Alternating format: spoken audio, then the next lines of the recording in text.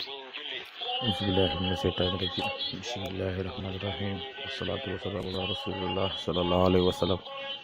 leen yéen ñëpp di leen ziyaaraat masha Allah terox seen wàccuwaay di leen illaat tamit seen nafila jour incha allah tey nekk dimanche 12 mai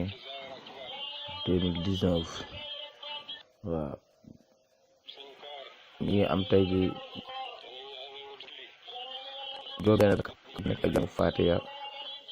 benn yoon jàng kul yaa ayyuhal kaafiruuna ñaari yoon jàng juróom ñaari kul wallahu ahad mooy nafila di septième nuit nafila septième nuit Fatiha benn yoon la juróom ñaari kul yaa ayyuhal kaafiruuna ak juróom ñaari kul wallahu ahad ñi nga xam ne ñoo wooroon ci altine ga ñoom ñi ngi am seen huitième nuit waaw ñoom tamit seen naafila tey da ngay def Fatiha benn yoon ñaari rakkal da ngay def Fatiha benn yoon ak fukki xul wallaahu ak ñaari rakkal lay doon rakka bu nekk Fatiha benn yoon ak fukki xul wallaahu ak ñaar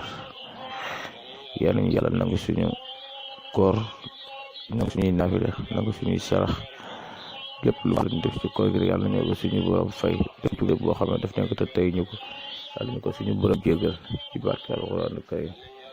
ci barke Seydina Muhammad sallallahu alayhi wa sallam